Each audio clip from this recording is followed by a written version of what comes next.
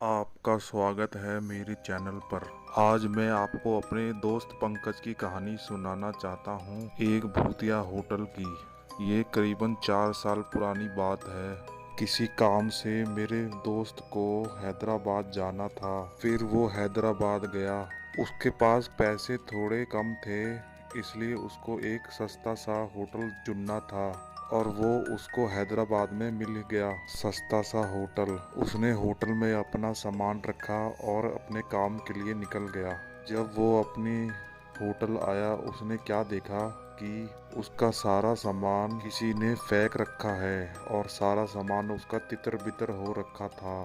फिर उसने गुस्सा होकर रिसेप्शनिस्ट से पूछा, मेरे सामान का ये हाल किसने किया? रिसेप्शनिस्ट ने कहा, हमको तुम्हारे सामान के बारे में कुछ नहीं पता।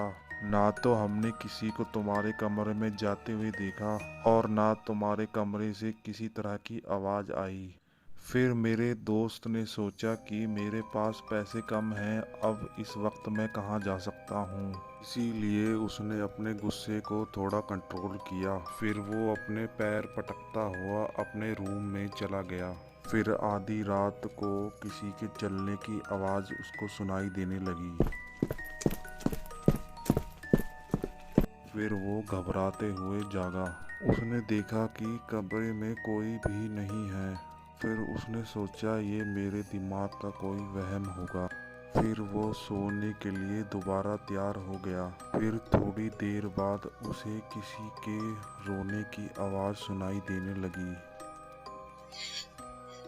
फिर उसने थोड़ा ध्यान से सुना, ये कोई औरत की रोने की आवाज़ उसको सुनाई देने लग रही।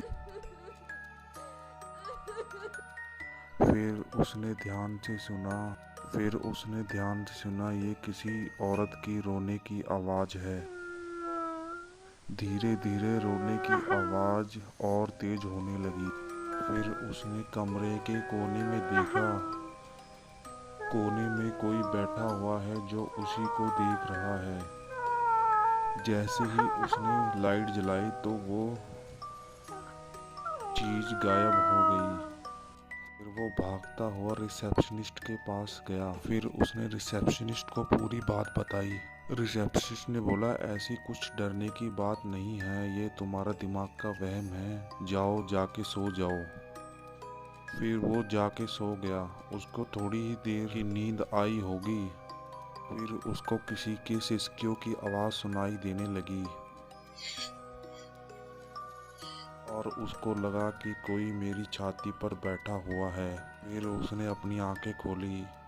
उसने देखा कि एक लंबे दांतों वाली चुड़ैल उसकी छाती पर बैठी हुई है। उसके मुंह पर उसने जीभ बहुत बड़ी लटकाई हुई थी। मेरे दोस्त ने जरा भी नहीं सोचा और वह झट से खड़ा हो गया। उतने में ही वो चुड़ैल उसकी आंखों से गायब हो गई। फिर उसने झट से अपना सामान समेटा और वह उस होटल से भाग निकला और उसने पूरी रात रेलवे स्टेशन पर काटी। मेरा दोस्त पंकज आज भी उस बात को याद करता है तो उसके रोंगटे खड़े हो जाते हैं। अगर आपको ऐसी ही सत्य घटना पर आधारित कहानियाँ सुननी हो तो हमारे चैनल को सब्सक्राइब कीजिए और बेल आइकन दबाना ना भूलिए और अपने दोस्तों को शेयर कीजिए।